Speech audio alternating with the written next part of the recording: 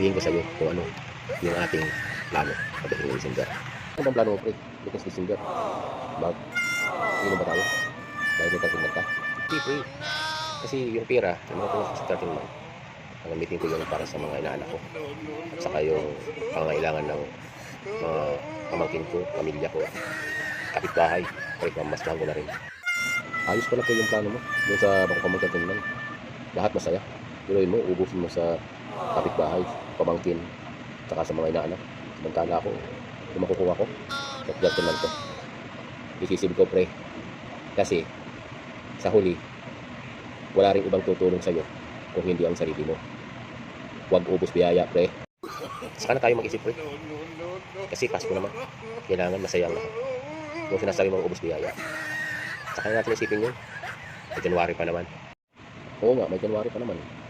Pero, pagka January, isipin mo, wala pang sahod. Kasi, mga puyat, ang mga nasa opisina nyo. Nasa opisina natin. Di ba? Mindset ba? Mindset. Ganun ba yun, pre? Sige. Mag-itira na lang ako. Sasabihin ko na lang.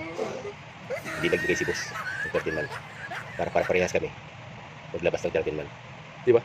Mindset ba? Mindset. Nice.